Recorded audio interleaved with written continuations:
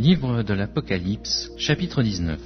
Après cela, j'entendis dans le ciel comme une voix forte d'une foule nombreuse qui disait « Alléluia !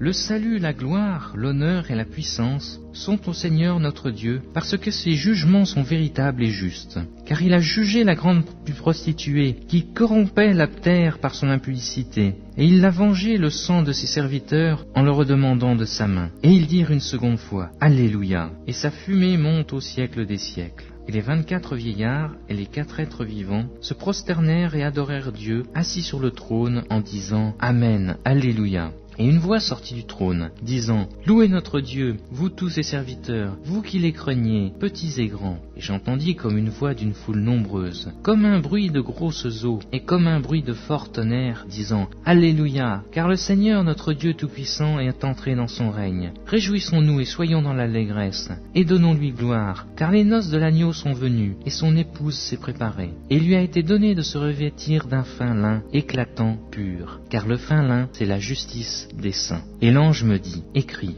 heureux ceux qui sont appelés au festin des noces de l'agneau. Et il me dit, ces paroles sont les véritables paroles de Dieu. Et je tombai à ses pieds pour l'adorer. Mais il me dit, garde-toi de le faire, je suis ton compagnon de service, et celui de tes frères qui ont le témoignage de Jésus. Adore Dieu, car le témoignage de Jésus est l'esprit de la prophétie. Puis je vis le ciel ouvert, et voici parut un cheval blanc. Celui qui le montait s'appelle fidèle et véritable, et il juge et combat avec justice. Ses yeux étaient comme une flamme de feu. Sur sa tête étaient plusieurs diadèmes. Et il y avait un nom écrit que personne ne connaît si ce n'est lui-même. Il est revêtu d'un vêtement teint de sang. Son nom est la parole de Dieu. Les armées qui sont dans le ciel le suivaient sur des chevaux blancs, revêtus d'un fin lin blanc pur. De sa bouche sortait une épée aiguë pour frapper les nations. Il les pètera avec une verge de fer. Et il foulera la cuve du vin de l'ardente colère du Dieu Tout-Puissant. Il avait sur son vêtement et sur sa cuisse un nom écrit « Roi des rois et Seigneur des seigneurs ».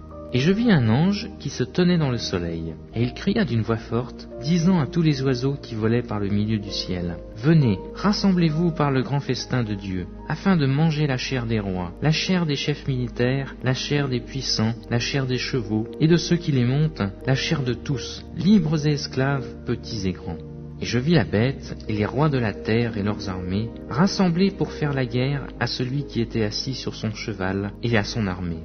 Et la bête fut prise, et avec elle le faux prophète, qui avait fait devant elle les prodiges par lesquels il avait séduit ceux qui avaient pris la marque de la bête et adoré son image. Ils furent tous les deux jetés vivants dans l'étang ardent de feu et de soufre. Et les autres furent tués par l'épée qui sortait de la bouche de celui qui était assis sur le cheval. Et tous les oiseaux se rassasièrent de leur chair.